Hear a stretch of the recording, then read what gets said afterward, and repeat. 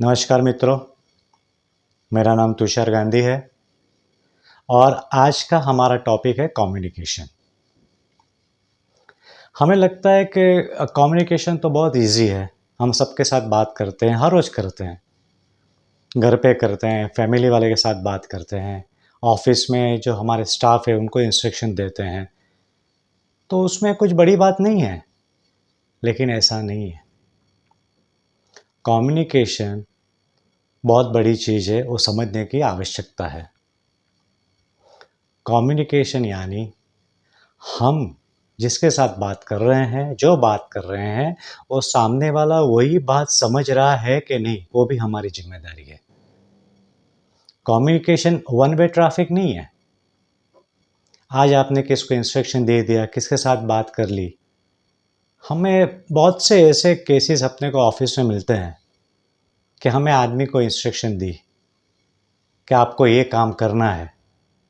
आदमी हाँ बोल के चला गया। दूसरे दिन वो काम बराबर हुआ नहीं जैसा हम चाहते थे, तो हम क्या बोलते हैं? आदमी कुछ समझता ही नहीं है। ऐसा नहीं होता है। आदमी समझ रहा है जो हम उसे समझा रहे हैं।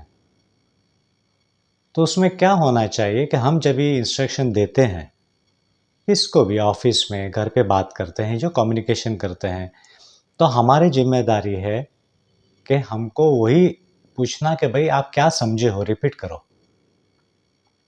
हम जो चाहते हैं वो सामने वाला समझ रहा है कि नहीं, वो भी कंफर्म करना अपना ही काम है।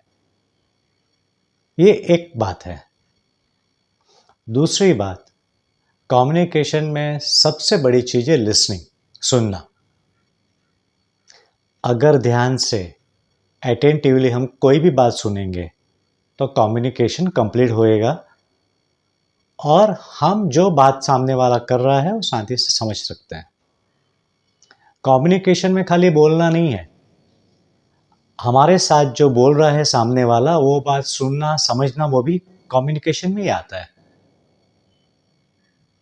पहले हमने देखा कि अगर हम किसी को इंस्ट्रक्शन दे रहे हैं तो हमें क्या करना है, हम किसके साथ बात कर रहे हैं, तो हमारी जिम्मेदारी क्या है। सेम वे, अगर दूसरा आदमी अपने साथ बात कर रहा है तो हमारी जिम्मेदारी क्या होनी चाहिए, उसकी बात करता हूं कि हमें ध्यान से सुनना चाहिए, लिसनिंग। वो आदमी अगर हम नहीं समझते हैं तो हमें 2 बार पूछना चाहिए कि आप क्या कहना चाहते हैं, मैं अभी तक समझा नहीं हूं, कृपया फिर से मुझे रिपीट करेंगे। तो इसमें क्या होगा कि कम्युनिकेशन से जो छोटे छोटे प्रॉब्लम जीवन में आते हैं वो थोड़े मिनिमाइज हो जाएंगे। कम्युनिकेशन ऐसी चीज़ है जो संबंध अच्छा भी करती है और संबंध खराब भी करती है। इसलिए महत्व बहुत है कम्युनिकेशन का, क्योंकि कम्युनिकेशन सही नहीं रहा तो मिसअंडरस्टैंडिंग बहुत होती है। रिलेशन में होती है, बिजनेस में होती है, हर जगह होती है। और मिसअंडरस्टैंडिंग एक बार हो गई, फिर रिलेशन में दरार आने की संभावना और बढ़ जाती है। तो कम्युनिकेशन ऐसा माध्यम है कि हमें अगर बराबर समझ में आ गया तो हम ये सब चीज़ होने से रोक सकते हैं। पहली बात, आप जब भी बात करते हो तो सामने वाला आपकी बात में इंटरेस्ट है कि नहीं है, आप उन्हें देखें। वो आपको अटेंटिवली सुन रहा है कि नहीं सुन रहा है। क्योंकि मैंने देखा है बहुत से लोग हैं जिनको बोलने में इंटरेस्ट है, सामने वाला सुन रहा है नहीं सुन रहा है उसके परवाह नहीं करते हैं।